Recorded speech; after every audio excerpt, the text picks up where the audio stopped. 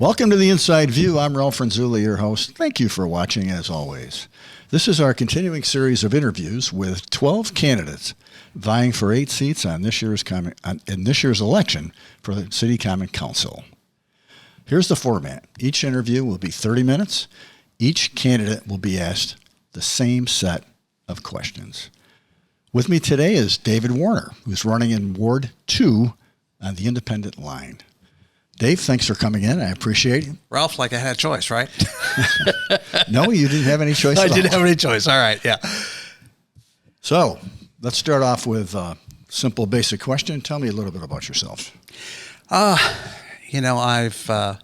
done a lot of things. When you look at the resume, and I spilled it all out there on the website. I've got a DaveWarnerForWard2.com website. And you start adding all that up, you're going, wow, I've done a lot of stuff. So initially went into the Air Force, spent 21 years in that. I was an air traffic controller most of the time, dog handler and a police officer for the first 4 years. And then as an air traffic controller, you worked about probably 24 hours a week. And so I was a 100-hour-a-week person and started my first business in 1975, which was a photography business. Ended up working for 7 other newspapers, ended up with my own newspaper, and then got involved in technology all along the way because it was changing for cameras, it was changing for newspapers, just a lot of tech, and it always interested me. And in the 90s, ended up CEO of an air traffic control simulation company in Austin, Texas, and got really hooked on the technology and what was happening.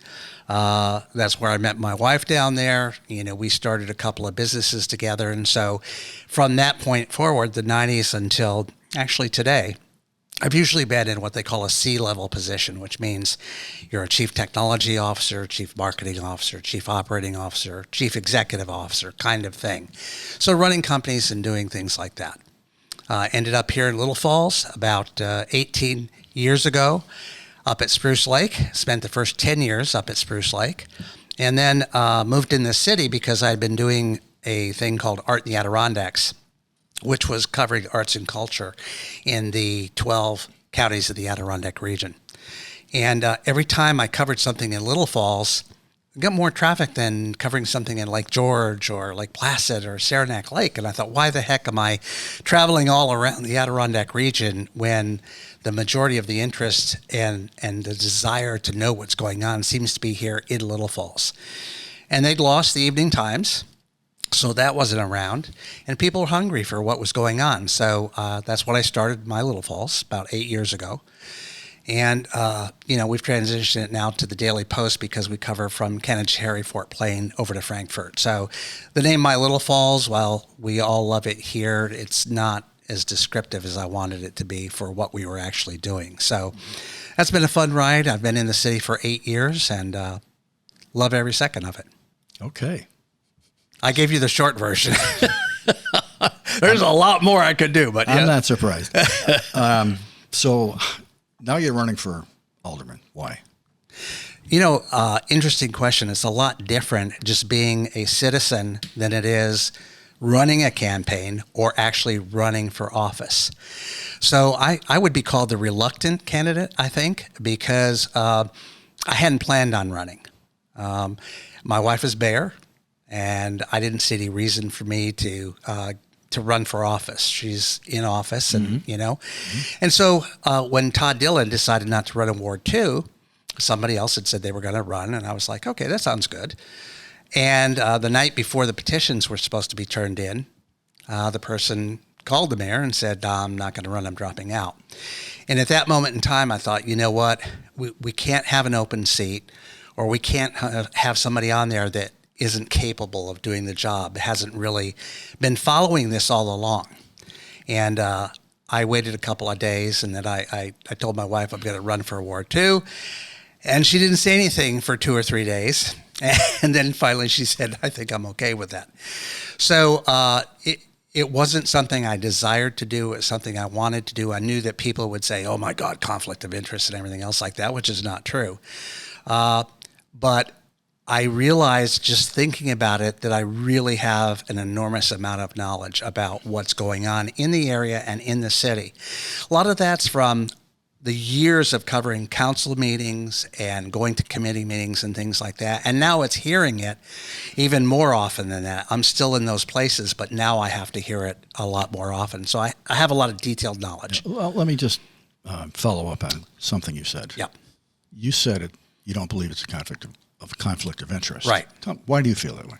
Because it's not. If you look the definition up, somehow I would have to monetarily be gaining something, or there would be some gain for me, right? What would be the gain? You know, number one, behind the scenes, I'm being assigned a lot of things to do. For instance, I maintain the city's website, social media presence, and things like that.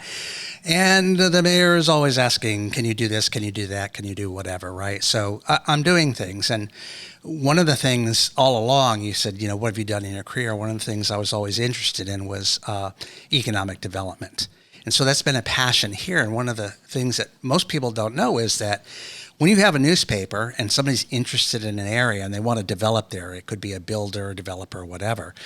One of the first places they call typically is the newspaper. They want to talk to somebody. They see your name out there. They see Little Falls and they get my number and they call me. So a lot of the people who've been coming to the city for years, be it to do a film or do a business here or whatever, they end up talking to me, and I love that part of it, exciting them. So that's an important component of what's going to go on here. And so I just don't see the conflict. And you had asked before in one of her podcasts about, you had brought that up without me knowing about it, right? Mm-hmm.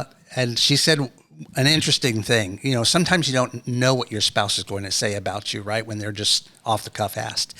And she said, I would have a better chance convincing someone else on the council of something than Dave if he really believed in what he was proposing. And that's right. We're both type A personalities, get along great.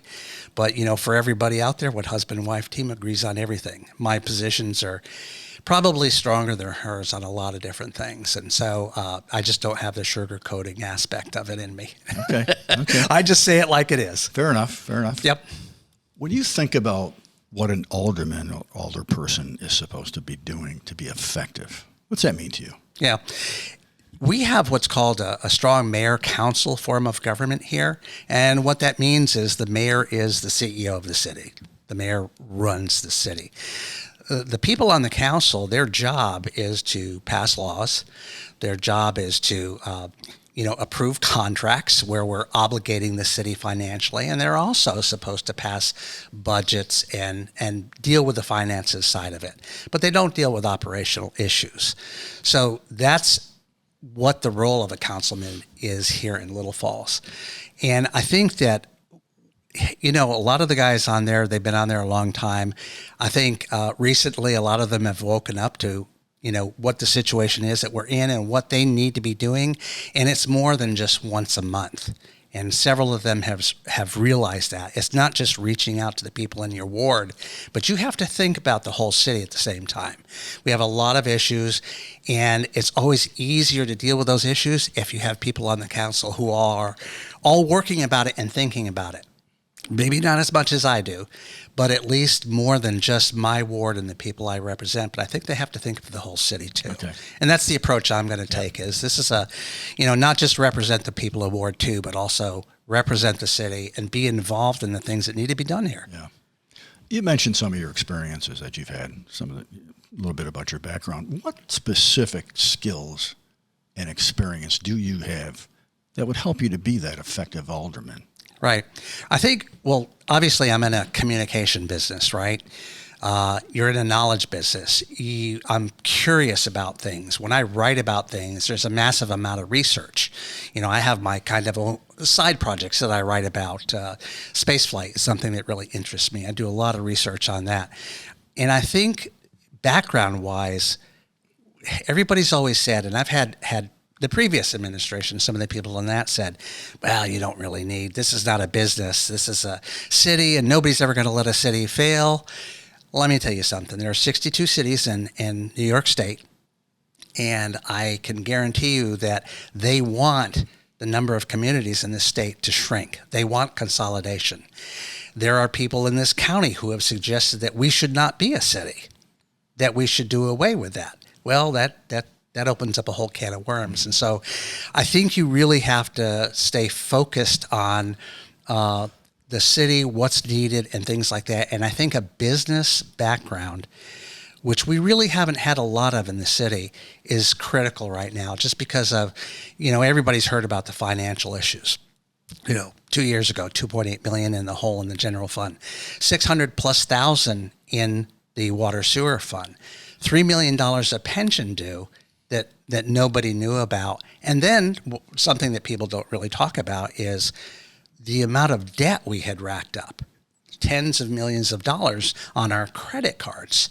Okay, businesses live or die by cash flow. You don't run up that kind of debt and have a successful business.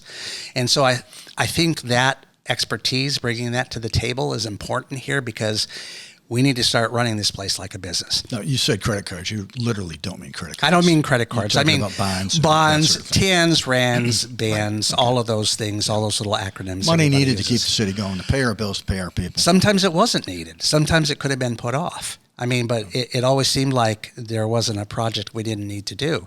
And, old cities like this, old infrastructure, yes, there's a huge demand, but you've got to balance that with, can we afford to do this? The answer can't always be yes. And those are difficult choices and difficult things to explain to people in your ward.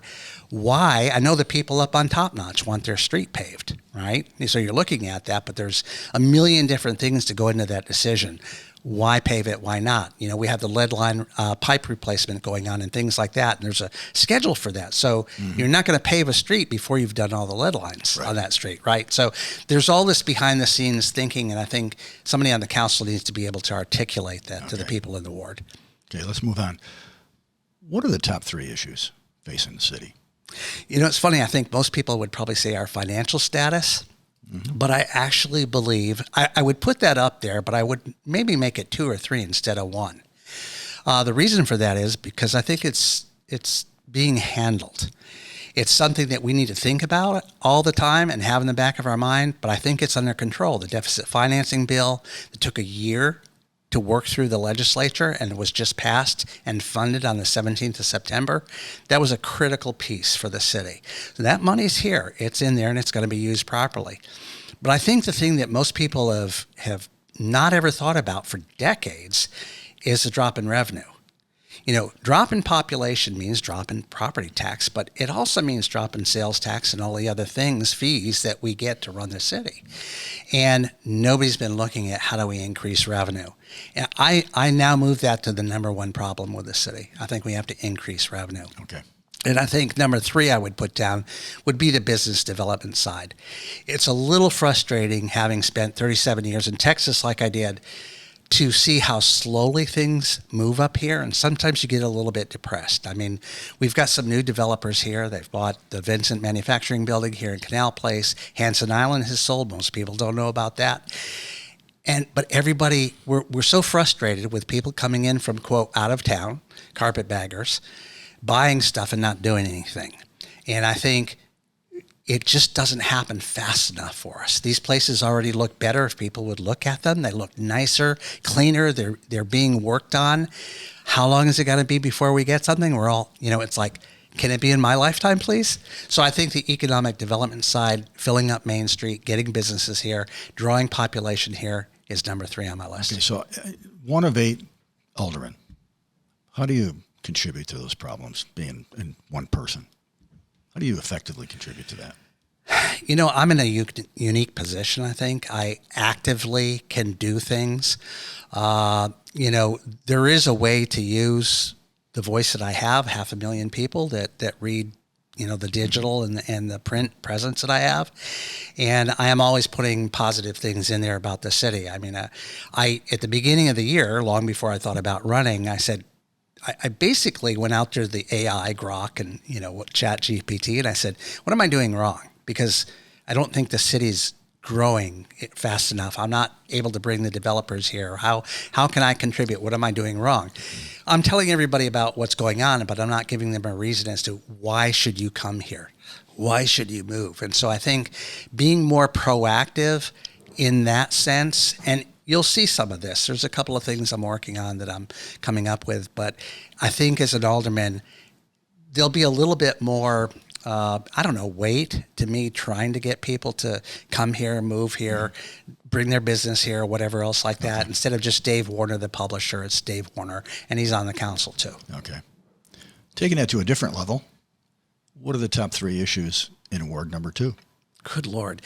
You got a top 3 thing going here, right? Yeah, top 3. Top 3. Ward 2 is great because it's it's the largest ward, to the best of my knowledge. But I think that really a lot of people, they do talk about these streets, parking and all the things like that. And I know everybody talks about this.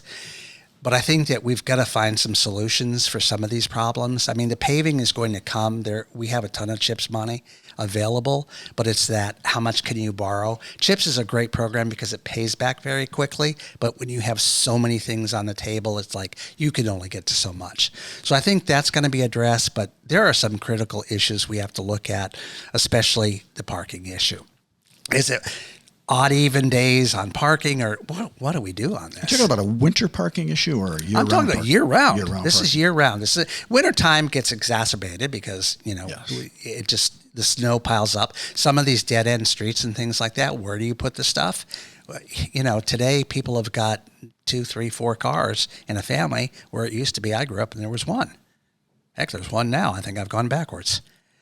So, parking's number 1. What's number 2? Speeding. Man, I would agree with that. You're one of the ones preaching to the choir on that one. The weird thing about it is that I try to, because I know there's a lot of eyes on me, I'm so careful with my speed, and I always have been. I go by, and I almost got bagged on West Monroe the other day, and I thought about you right away because it was in front of the Mohawk Valley Academy, where it drops to 15 right there, and I didn't see the sign. And I was doing like 29, right? But hey, that's 29:30 and at 15, that's bad, right? Mm-hmm. And then I just caught it. I caught a police car on the sign, and then the car in front of me slowed down real quick and saved me, And I was like, oh, great, doing 30 and a 15, that would have looked good. So I think we have a lot of that, especially coming into the city. I don't think people realize how quickly it drops from 55 to 30 on coming in on West Monroe or by the golf course. And so they come barreling in town, and I saw where Chet's city engineer's dad posted a photo the other day of a car just doing 60, 70 miles an hour on, I think he was either on Monroe or Gansford. I don't remember what street he put on, and then ran the stop sign. And, everybody's like, well, where are the police? Okay, they can't be everywhere all the time, but I think seriously, I know they're pursuing signs that have the radar built in that are going to show you the speed that you're going, and they're going to put those permanently in different spots. But I'd like to see that addressed. And there's a thought about dropping the overall speed limit in the city to 25. When you look at the smart streets and all that they're doing with that, they want, and we're a trail town now, they want our speed to be 25 in the city. So that might be something to look at. I think you should look at it. Yeah. If you were to be elected, how would you stay in touch with your constituents in Ward 2? And across the city, actually. Across the city. Yeah, well, I've got a lot of different platforms where I speak up. I mean, I've got my own personal blog where I tend to write whatever comes to mind. But I think that I like the community kind of gatherings, the living room gatherings that we had done before. That was a lot of fun, getting somebody to invite you in your house, getting them to have the neighbors come over and just talking to them about anything. I've done a couple of those already in this, and I intend to do more, but it's a lot of fun. The first one I did where I was the candidate, it was up on Top Notch, and it was very different. You can't open your mouth quite like I'm used to. You have to be a little bit more thoughtful about what you say. That was a new thing for me. You actually had to tone it down a little bit. It wasn't a tone down. It was like think before you open your mouth and be respectful of everybody and what they think. And sure. Yeah, I put a little bit more thought into answering questions. Okay. And any other method to stay in touch other than these little community No, things? I mean, I think the voter rolls are horrible. And I love, I love the podcasting thing, doing podcasts and things like that. they don't have phone numbers, email, things like that. I wish I'd love to grow that database so that you could effectively communicate with people through direct email or just calling them up on the phone. But my God, finding those numbers and everything is a real pain. What about social media? I don't know. With that? I'm not opposed to it. I've put together a Facebook page for Dave Warner Ford too, but you get all of the back and forth, and I don't look forward to that. I'm on social media mainly for my family, and because of the business, I have to be on there. Okay. You're running against 2 other people. In fact, citywide, participation this year is pretty good with 12 candidates, 3 in each ward. You're running against 2 others. What sets you apart from them? Experience. I think there's a lot of people, if you look at the things they've said today, they're running for the office to learn about what it's like to be in the city.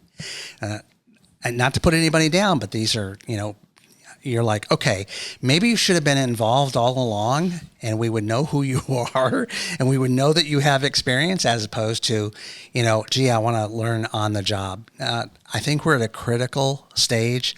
I don't think we have time for on-the-job training. I think we need experienced people in there.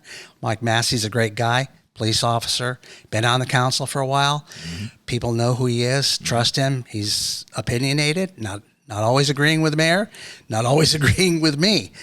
Good guy. But I think that, it's just some of the candidates, they need to learn about the city. They need to volunteer for things. They need to be involved. And at that point in time, after they've learned these things, gone to council meetings for years, gone to committee meetings, know and can articulate exactly what's going on in the city, I think it's foolish for them to think that they can be on the council, to be honest. Okay, fair enough. I promised everybody that I would ask the same question, so I'm going to ask you this one. Define for me the proper working relationship between an alderperson and the mayor. Got to do it. This is ridiculous. It's funny. I had a guy come up to me in Stursner Park the other day. He was asking about something, and he said, well, can you ask your girlfriend? And I said, my girlfriend? And I'm thinking, oh boy, what am I? He said, well, the mayor. Okay. The mayor's my wife. I said, the mayor's my wife. I said, I know we have different names, but we were both in technology in Austin, Texas. And if you were going out for venture capital and you were trying to raise money, being a husband and wife team didn't work and you were more likely to get turned down. So when we decided to get married, I said, I like the name Deborah Kaufman. I don't want it to be Deborah Warner. So we've always been in business together. I'm going to say it and people are going to laugh. Sometimes she's on top and sometimes I'm on top. But sometimes she's been the CEO of a company. Sometimes I've been the president of the company. We've been able to switch roles depending on whether it was a marketing or sales focus or whether it was a technology focus. And we've been able to work as a team. Look, some people are going to not like the fact. They're going to think no matter what, there's a conflict of interest. I don't think there is. She doesn't think there is. The lawyers don't think there is. Albany doesn't think there is. But hey, they can still think it. But I think you get 2 for the price of 1. Let's face it. The mayor makes $500 a month. We're not getting rich off of this. Councilmen, I don't even know what they make. I don't know. It's $150 a month or something. Yeah. It's a small amount of money. So we know how to work with each other. Okay.